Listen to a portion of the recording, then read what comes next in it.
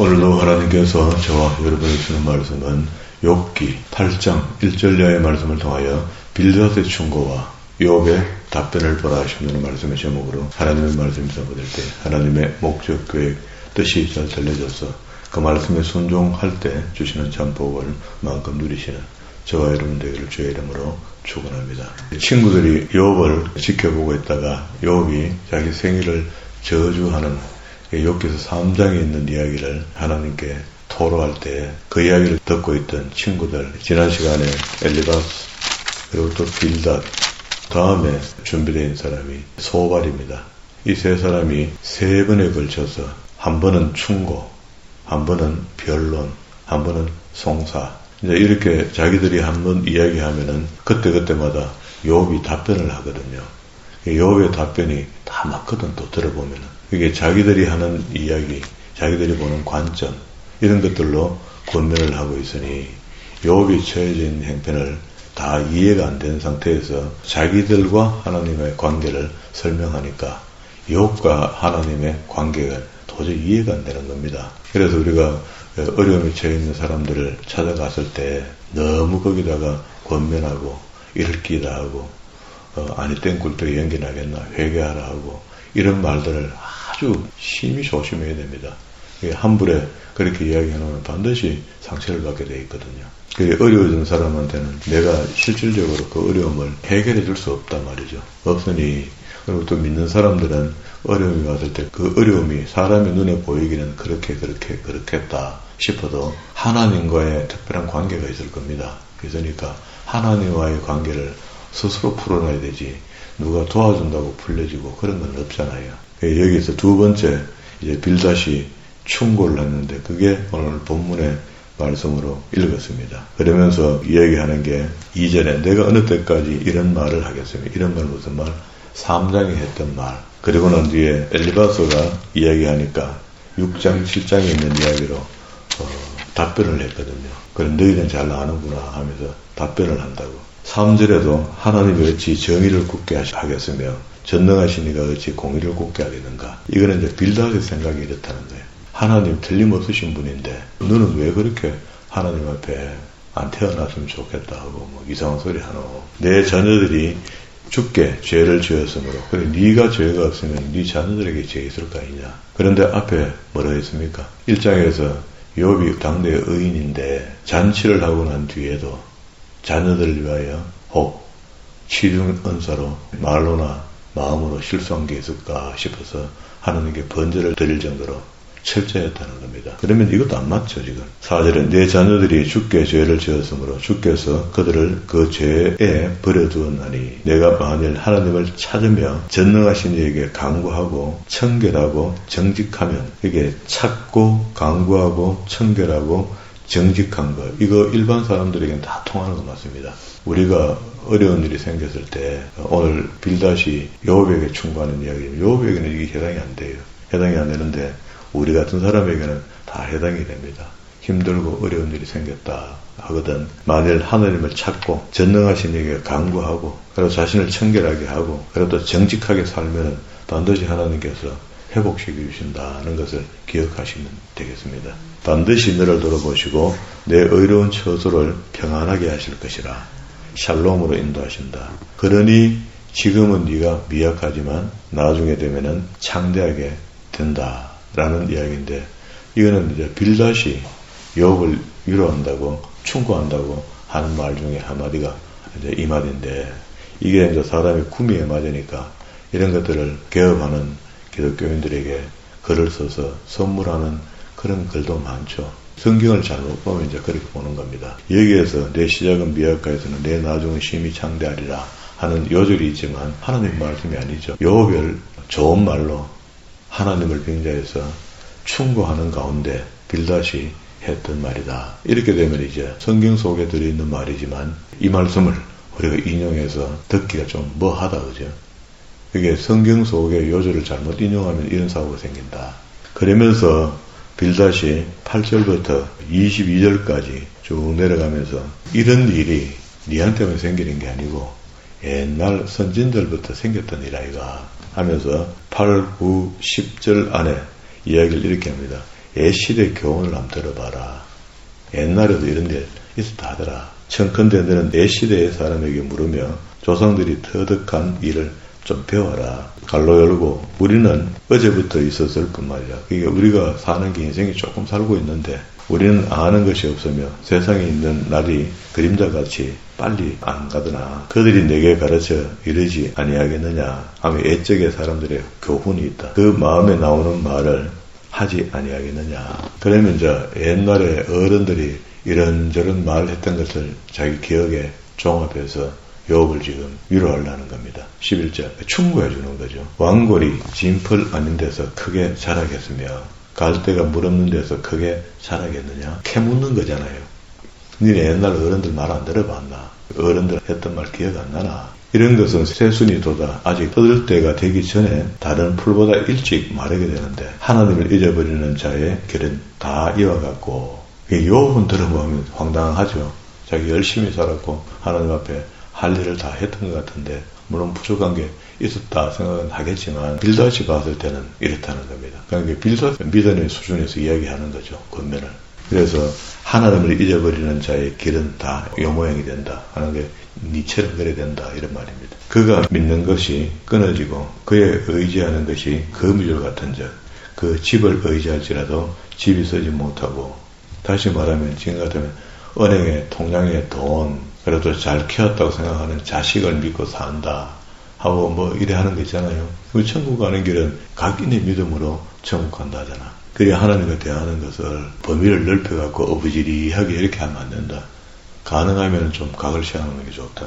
그래서 그 집을 의지할지라도 집이 쓰지 못하고 굳게 잡아주어도 집이 보존되지 못한다. 그는 햇빛을 받고 물이 올라 그 가지가 동산에 뻗으며 그곳에서 뽑히면 그 자리도 모르는 채 하고 또 이르기를 내가 너를 보지 못했다 그렇게 한다. 그 길의 기쁨은 이와 같고 그 후에 다른 것이 흙에서 나리라.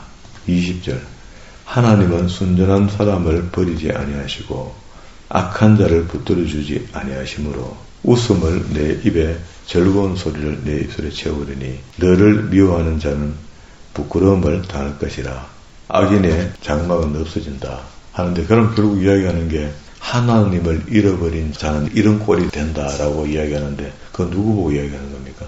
욥이 그래 됐다는 이야기. 그러니까 앞에서 이야기하기는 욥에게 이야기하는 것 같지 않으면 자식을 똑바로 좀 한번 살펴봐라 이렇게 시작하는 게 결국은 욥에게로 몰려옵니다. 그러니까 이렇게 이야기를 듣고 나니까 욥이 지금 상황이 엉망 아닙니까? 엉망인데 친구라고 한 게 뭐라 하면서 뒷거리를 하나 잡더니 그때부터 막 뭐라고 말을 하고 있는데 들어보니까 그렇게는 그래 됐지 하고 이제 이런 표현을 했단 말이죠.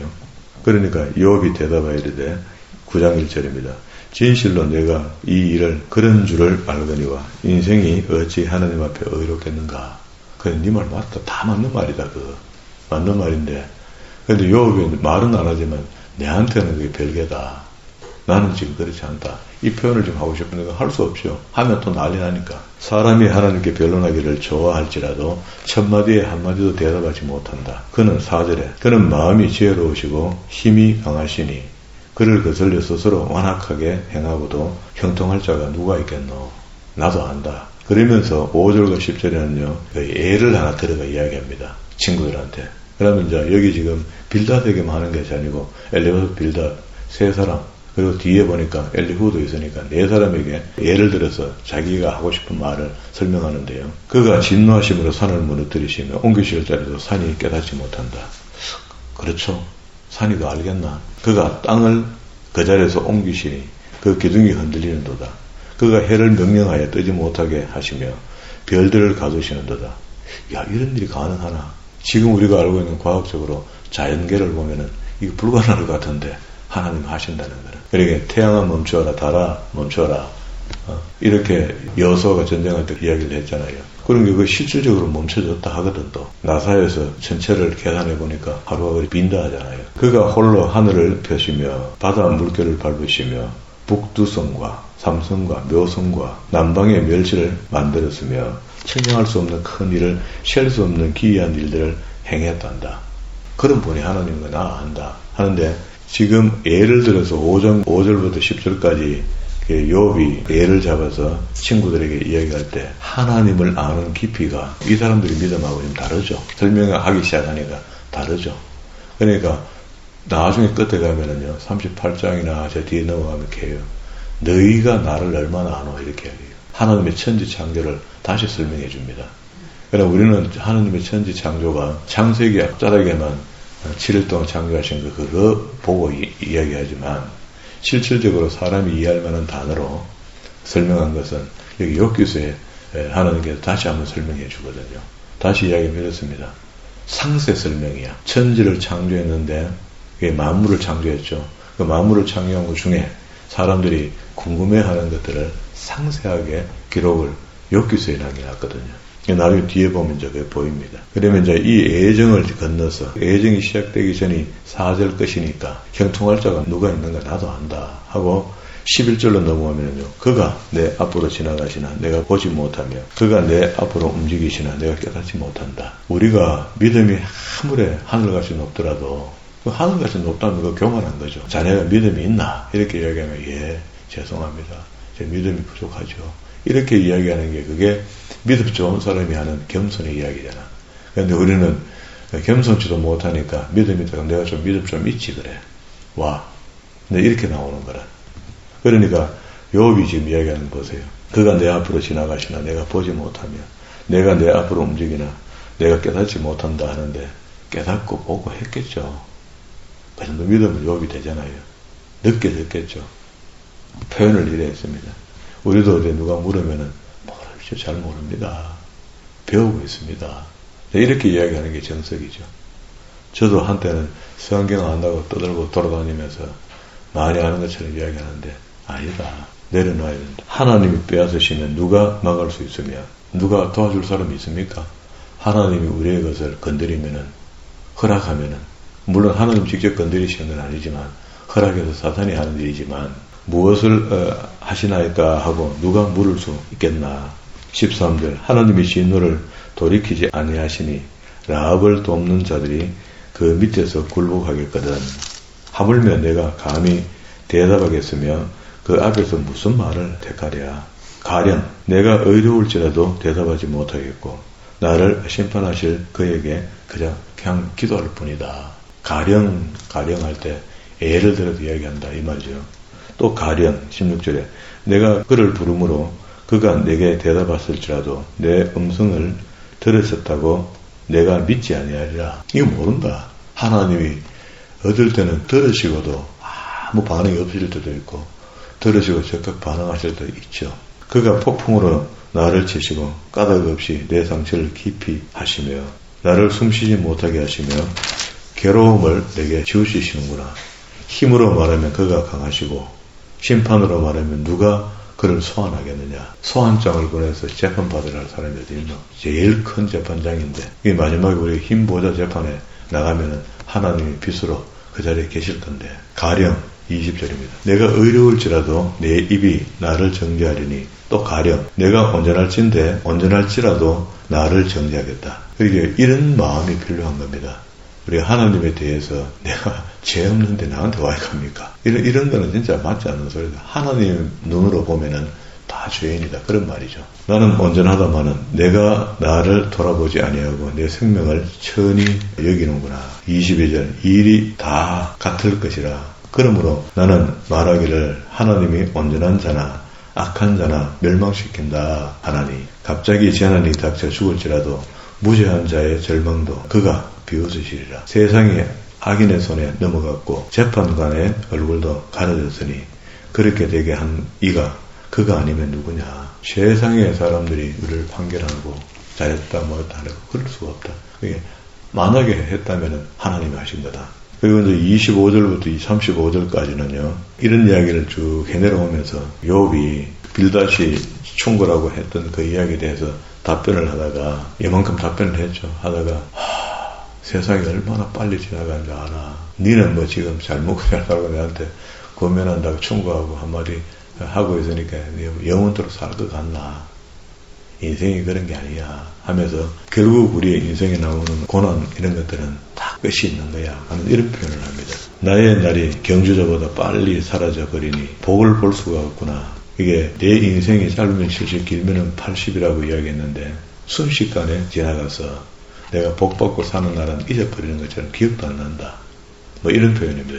그 지나가는 것이 빠른 배와 같고 먹이 때문에 날아내리는 하늘에서 떨어지는 독수리와도 같다. 굉장히 빠르죠. 이렇게 경주자보다 배보다 독수리보다 27절 가령 내가 말하기를 내 불평을 잊고 즐거운 모양을 하자 할지라도 내 모든 고통을 두려워하오니 주께서 나를 죄 없다 여기지 아니하실 줄 내가 안다. 내가 정죄하심을 당할진대 어찌 헛되이 수고하겠는가. 그러니까 무엇이든지 죄가 있어서 하나님이 나를 심판의 자리에 놔둔 거지. 사실은 우리가 1장 2장을 봤잖아요.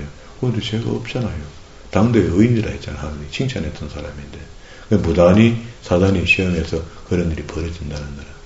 그래서 우리는 의인 되지는 못했지만 그래도 이런저런 시험이 오면은 하나님께서 우리를 돌보고 계신다. 시험 때 가장 우리와 하나님이 가까이 와 있다는 거다. 친숙해져 있다는 거다. 시험이 없을 때는 오히려 좀 멀찌감치 있다고 생각하고 시험이 있으면 하나님이 거기에 관심이 더 있죠. 내가 눈 녹는 물로 몸을 씻고 잿물로 손을 깨끗하게 할지라도 정결례를 치운다 이런 말이죠.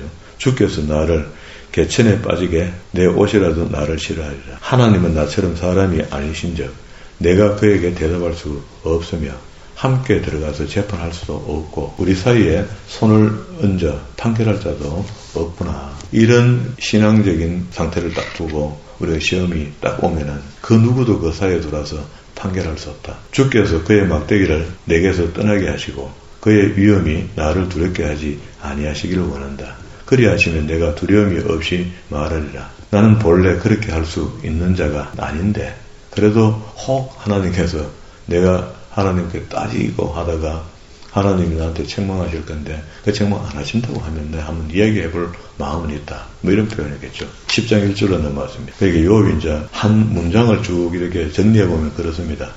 지금 어디서부터입니까? 9장 1절부터 10장 말미까지가 욥이 빌닷의 충고에 대해서 그 짧은 말에 대해서 긴 이야기로 답변을 하는데 욥이 자신의 고난이 진짜로 이거는 나는 부단히 지금 이런 일이 당하여졌지 내가 무슨 큰 죄를 졌다든가 그런 게 아무리 생각해봐도 없다는 거야. 없으면서 그러면 어떻게 해요? 하나님께 하나님 나한테 와 이러십니까? 이렇게 이야기해야 되는데 그런 언어를 쓸 수가 없잖아. 전능하신 하나님 앞에. 그런데 말을 돌려서 자기의 입장을 좀 설명합니다. 보세요. 10장 1절에 내 영혼이 살기에 공핍하오니 불평을 토로하고 내 마음이 괴로운 대로 말씀드려보겠다. 내가 하나님께 아뢰오려니 나를 정죄하지 마시옵고 무슨 까닭으로 나와 더불어 변론하시는지 내게 좀 알려주시고 책하시면 어떻겠습니까? 주께서 주의 손으로 지으신 것을 학대하시며 멸하시고 악인의 꾀에 빚을 주시기를 선히 여기십니까? 주께서 육신의 눈이 있나이까? 그게 욥이 이해가 좀 안 되니까 이해될 수 있는 언어와 기법으로 전부 다 하나님께 아뢰봅니다. 그런데 우리가 봤을 때는 우리가 쓸 수 있는 단어들 있잖아요. 우리가 지금 갖고 있는 단어. 이 단어보다는 훨씬 더 종교적인 단어로 하나님과 지금 묻는 거죠. 우리 대신에 물어보는 겁니다. 그죠? 주께서 육신의 눈이 있습니까? 주께서 사람처럼 보이시나이까? 주의 날이 어찌 사람의 날과 같으며 주의 해가 어찌 인생의 해가 같기로 나의 허물을 찾으시며 나의 죄를 덜 죽이시나이까? 주께서 내가 악하지 아니해준 줄을 아시잖아요. 누가 감히 하나님 앞에 이런 말을 할 수 있겠습니까? 근데 욥은 가능하다. 상세하게 자기 삶을 돌이켜봐도 그런 거야. 그래서 당대의 의로운 자가 이렇게 하나님이 말씀해 주신 거 아닙니까? 주의 손에서 나를 벗어나게 할 자도 없나이다. 그러면 하나님은 하실 수 있는데 하나님이 나를 옥죄이니 나는 왜 합니까? 이 말이죠. 그 사실을 알고 봤더니 사탄이 그걸 시험했던 거거든요. 근데 하나님은 안 하셨거든요. 시험을. 주의 손으로 나를 빚으셨으며 만드셨는데 이제 나를 멸하실래 합니까? 기억하옵소서. 주께서 내 몸을 지으시기를 흙을 뭉치듯 하셨거늘 다시 나를 뒷걸로 돌려보내려 하시나이까? 주께서 나를 적과 같이 쏟으시며 엉킨 적과 같이 엉키게 하지 아니하셨나이까? 흙으로 지어 손으로 주물주물해서 만드셨는 거 나도 아는데 하면서 내 피부와 살이 내게 입히시며 뼈와 힘줄로 나를 엮으시고 생명과 은혜를 내게 주시고 나를 보살피심으로 내 영을 지키셨나이다. 그러면 9절부터 12절까지 여기 있는 이야기가 하나님이 흙으로 사람을 지으시되 창세기에서 이야기했던 게 상세가 되겠죠. 사람을 만드시는데 요래 만들었단 말이에요. 여기 에스겔서에서 우리 에스겔 골짜기에서 뼈가 많은 뼈가 들어붙고 그 힘줄이 붙고 살이 붙고 생기를 넣었기에 사람이 살아나는 것처럼 여기도 지금 그렇게 이야기했죠. 그러면은 하나님의 사람 창조의 상세도가 여기 있다. 그죠? 그런데 13절 주께서 이것들을 마음에 품으셨나이다. 이 뜻이 주께 있는 줄을 내가 아나이다. 14절 내가 범죄하였으면 주께서 나를 죄인으로 인정하시고 내 죄악을 사하지 아니하시나이다. 내가 악하면 화가 있을 것이오며 내가 의로울지라도 머리를 들지 못하는 것은 내 속에 부끄러움이 가득하고 내 환난을 내 눈으로 보기 때문입니다.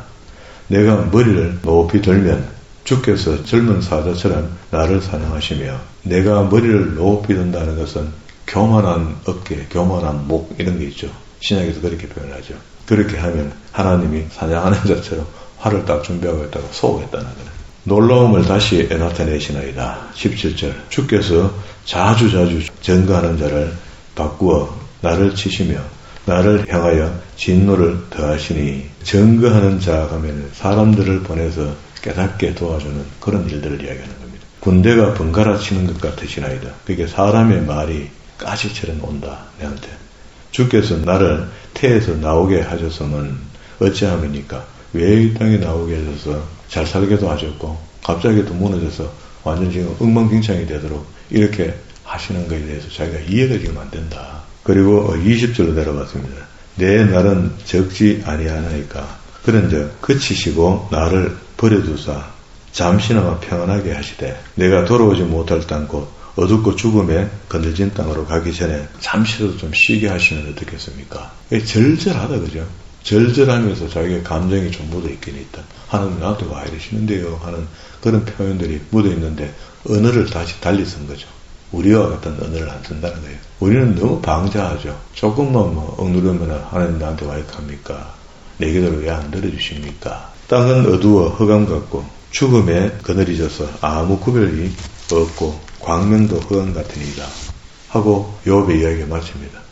마치니까 옆에 있던 소발이 11장에 또 소발 대발하고 또 이야기하기 시작합니다.